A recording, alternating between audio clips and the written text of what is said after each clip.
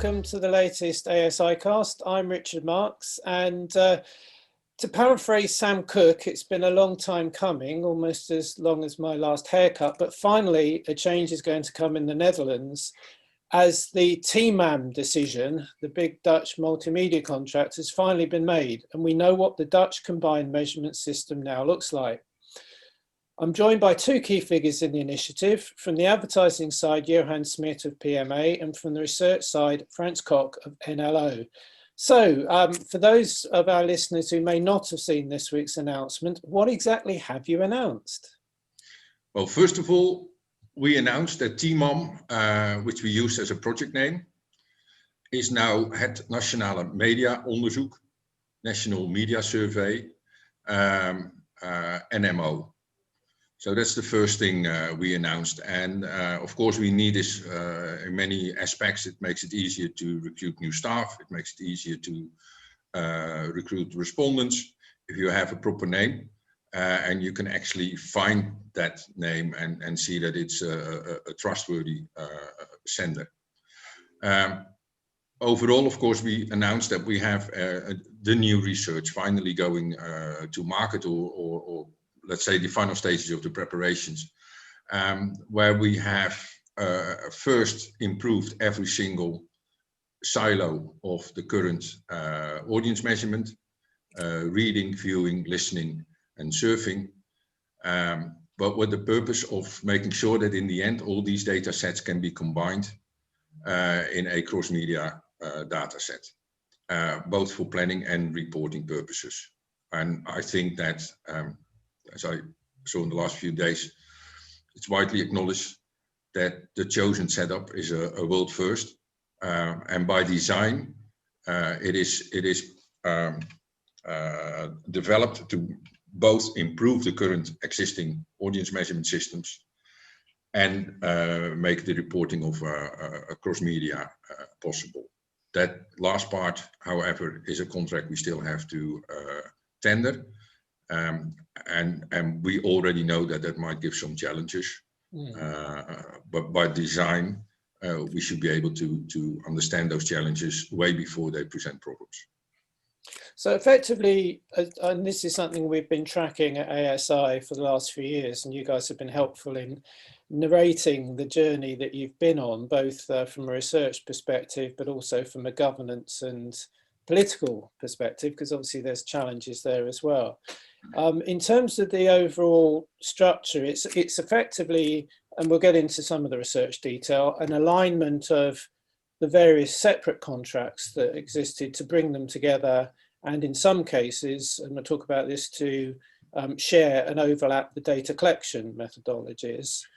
So you're in a good position to move on from there to talk about how you could report jointly that data. But I'm guessing what you're alluding at with that contract is there will be decisions that need to be taken around exposure definitions, how the data is combined and released. But it sounds like you're in a good position to be able to kick on to do that. Yeah, I believe that we really have chosen for a system that is cross-media by design. So the first step was to look at the separate audience measurements and look where the improvements could be. But immediately looking also at the cross-media part of that. So that will be the phase that then will be more easier than to do without a lot of fusions or whatsoever, because the overlap in the measurement is there, the overlap in the panels is there. And we will use that to have a qualitative fusion together. I would say it's more than alignment. We have a contract which has the 4 signatures of the 4 organizations on it, one with Kantar, one with Ipsos, and then there's a charter between Kantar and Ipsos, because some parts, no, all parts, they are collaborating, but on some it's more intensive than others. For instance, Kantar will deliver the panel members for the RAM panel. Ipsos will provide the metering solution. And then, of course, the reporting you get, that will be combined partly also with our DGM, the TGI. And DGM is done by Ipsos, but the fusion or the attribution of the social demographics and product usage stuff is done by Kantar. So there's one process where all parties are involved. So it's more than alignment, it is through integration. And this is one of the reasons why it has been such a lengthy process. First of all, we had to understand what we were asking of the different, we should be asking. Then the Kantar and Ipsos had to understand what was asked of them and how they should collaborate. And then we had to put that in writing, in a contract. And as you can imagine, that took a little bit more than a week of intensive talks. But in the end, it results in a truly integrated system, which is more than just two companies collaborating. It is on our side also very difficult to understand or make people understand that all of a sudden you're not longer in charge of your own domain, because there's every aspect, every change you make will have influence on all other aspects or some other aspects of the design. So no longer you can say as one party, I want to change, for instance, a people meter, because in that household there's also a focal meter, and we know if you tamper with a household, the outcomes will be different. So if you take a decision like that, you have to do this in cooperation and with the agreement of your partners. So it's definitely more than alignment. Definitely sounds fairly innovative in terms of what you're going to be doing. Now you've got a webinar coming up. If people are listening to this before the 14th of April, they can sign up for a 1-hour webinar on the 14th, where you'll be talking in more detail about what the actual new shape of the contract involves. So I'm not going to do a deep dive now into methodology and sampling and so on, but I've got a few specific questions that the two of you may be able to help with, just for my clarity, and it's more around what it encompasses, less around the research design and methodology, which I gather combines both fixed meters, portable meters, and online tracking across the various media. But in terms of the TV and video elements, and in terms of scope, what will that encompass? Will you be measuring Netflix, YouTube, Facebook videos, for example? How are you defining the scope at this stage? And have you been having conversations with those companies? Yeah. Actually, the ones you are mentioning now are in the measurement on a platform level. So until they really cooperate together with us, we can only measure the platforms, which is fine for now. But the system is open for any publisher or media owner to join. That's also why we chose this system. It's a flexible, open system, future-proof, to add also new platforms, new devices, for instance, smart speakers, where you can't put in a meter, but you want the insights, and that can come from the focal meter, for instance. We'll use that for measuring platforms that are not cooperating or joining the system yet. And there have been discussions or talks to Google, to Facebook, to Spotify. So they are aware of the system, and they are like the approach that we've chosen. So maybe in time we will join. I can't say now, but the system is ready for it. So you'll be able to publish total figures for Netflix usage, YouTube usage, etc., as a platform, but in order to get more granular things, obviously that would involve seeing inside the walled gardens and collaboration. Absolutely. With those. But it's ready. It's ready to do that if needed. Yeah, absolutely. Yeah. Seeing inside the walled gardens is a technological challenge. It's just political. Yeah. Because I guess you're already seeing inside the walled gardens of broadcast video, for example. So you've got a template for how you would ingest that data. Yeah, that's true. So the local publishers who use these kind of asphalt, for instance, platforms, they are in the system, they can be measured. So the technical implications are known, and we're ready for that. And by the way, we're also using a lot of census data in the new measurements. So that's also part of the system that adds added value to what we are measuring. In terms of online, what I like about the system that you've developed is that it builds on something you've already been doing, which is that you share, as I understand it, the online measurement across the different medium. Countries that have got separate siloed measurement systems are each measuring video online, print online, radio online, etc. Whereas you're measuring, and it's a good example of where it's more than just aligning the contracts. You're sharing that. What, in terms of expanding beyond that, what's the situation with regard to media like outdoor and cinema? Are they involved? Could they be involved? Well, with outdoor, as you might have heard, it's probably the media type most affected by the COVID-19 measures. With outdoor, we were about to issue an RFP, which was in this case still aligned with the total NMO project. But because of the current situation, there's not enough funding to continue doing that. But again, the system is designed to allow outdoor to enter in a later stage. And it's not as difficult as you think, because the biggest issue outdoor is facing at the moment, not just in the Netherlands, I would say, is to understand how the programmatic part of outdoor can be combined. And partly you see this with the agencies now, with the traditional programmatic people, so they treat it like online. Also, partly it is with people who traditionally buy posters and now have to understand what's happening there. Also, for us, as the JIC of outdoor, it is kind of complicated to find a let's say a standard on reporting between the programmatic part and the regular objects. With the design we have for NMO, for instance, we have the same data stream from online going to let's say the online reporting, as it will be fed into the TV system. Because linear streams, you can easily make GRPs out of that. But it's measured in the same way as other videos online.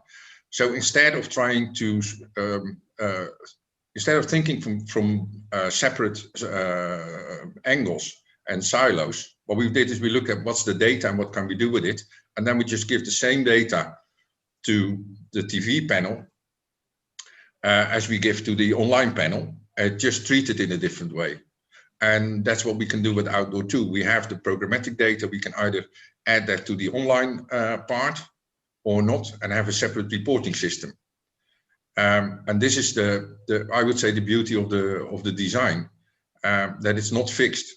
And basically anything which might change with online advertising, whether will be people, I don't know if well, we have of course the smart speakers already, but if there are smart fridges or something like that, and they become part of the ecosystem, all kinds of CTV and other data sets you have with video, if it can be measured, and I think again technology is not the biggest challenge there, we can do something with it. Now, how to report on it, will be a challenge, and also still a challenge for us.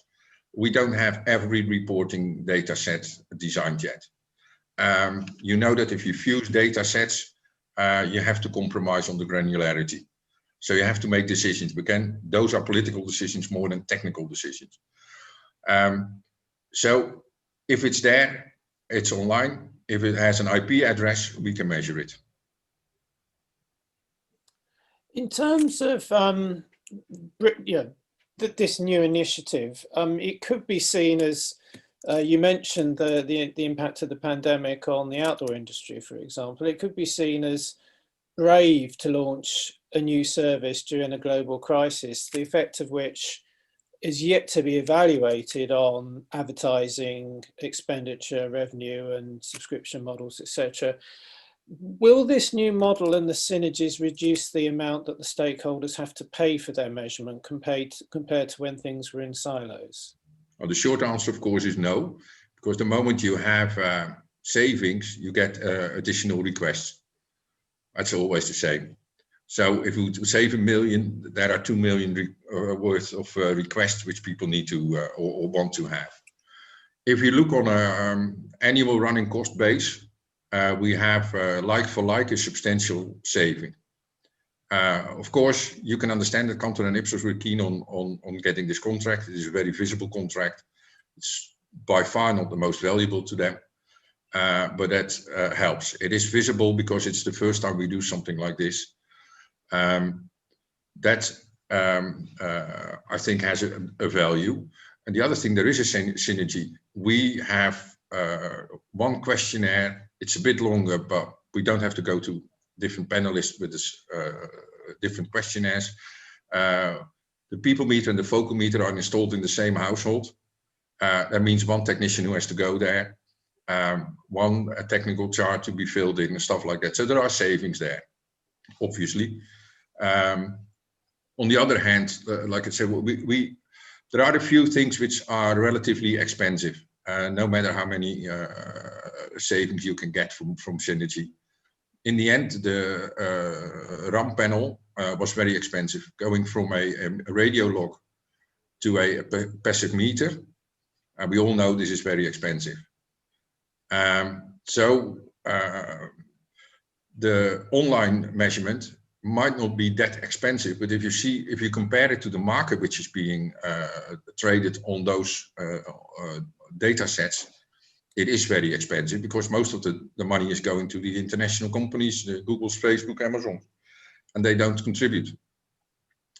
So there you have some issues which are very difficult to financially sort out. But I'm happy to say that in the end we did. So in the end, are there savings compared to our current total cost? Hardly any. But if you look at what you have instead of that, we have a totally new people meter. That would have cost us some money too. We have a passive measurement system for radio, very much more expensive than a radio log. We have an establishment survey for the first time in 3-4 years. So if you see what you get extra, and that's for almost the same amount of money, and almost means slightly less, I think, yes, there are efficiencies. I think that you mentioned 2 new elements to the new contract, one of which, if I understand, is the Kantar People Meter 7, I think it's called, and for for Ipsos, it's the Ipsos Media. So, Frans, are you able to give us just a quick, almost 2-liner on what the step up in metering is for both of those solutions in terms of what they offer you? Yeah, I believe the people meter of Kantar, the people meter 7, is more granular. So it's really usable for addressable TV. Addressable commercials can be captured in a much more better way. So that helps. The media cell app that we have chosen for the radio will also be used for TV, by the way. So we'll add the TV data coming from the media cell solution to the TV currency. That will double more than double the TV panel, and will also then decreasing the zero ratings. So there's also sort of trade-off for that. For radio, the media cell app will be based on the dual detection. So we'll use audio matching and encoding in the same measurement. And the benefit of the media cell app is also that there's the component of reality mine in the same app. So respondents will download the app, but based on the reality mine component, we can also measure all the online behavior on the smartphone. And that will also be then data that we can deliver to the online data set. And further, it will help also capturing headset listening on the smartphone, because that's captured if it's on air. by the audio matching, but we can add it from the online listening on the smartphone. So there are a lot of solutions within the same measurement that can add to the data for the other modalities. Bearing in mind that you are bringing in new solutions, what's your go live date? When will this start becoming the currency in the Netherlands? What's the big date that you're yeah, we have different moments, because we don't wait until everything has been settled. So I believe the first delivery will be in the third quarter of this year. That will be the readership survey that is then ready to deliver their data. The online data sets will be delivered, I think, in the 1st of January. Yeah, in 2022. We already started with the establishment survey, the field work. The NRS starts today. Yeah. But the reporting will be third quarter. Yeah. Radio will be also the 1st of January, and TV will be the 1st of July. And the moment we have a clear view on how the different data sets will look, we will start with the cross-media reporting. The RFP will be out before then, but nobody can reply until they've seen the data sets which they have to merge. Yep.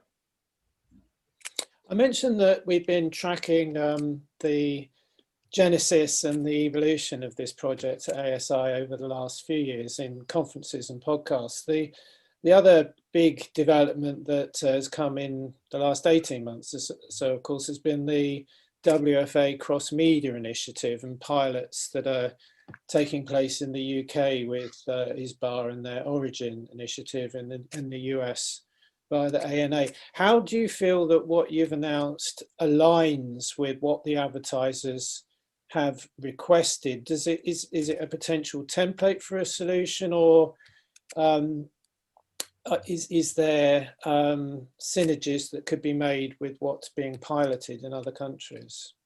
I think it aligns and takes it a step further. Of course, we have not yet included Google or Facebook in our system, but it's clear that they said once the announcement is out, we will be officially sitting down with you and see what we can do. We've taken a different approach because first of all, we believe that cross-media is truly cross-media, so it's not just video. All aspects are relevant to all kinds of advertisers. And so therefore, I think it's a step further. However, we still haven't tackled the online campaign measurement. And again, that's not a technical issue. Measuring it is fine, and we know that it will keep on evolving, and not necessarily for the best, I have to say, because we know when we have to give up on cookies, it might be more difficult than now to get a proper measurement in place. However, the technology is or the people working with the technology and developing are kind of clever people, and they always come up with a solution. We don't know what's going to happen with Apple and Android saying which data we can and cannot use from mobile phones. But we'll get to that once there are material changes. Online campaign measurement is also a political issue. Who owns which kind of data? What will be reported? To whom will it be reported? On what level will it be reported?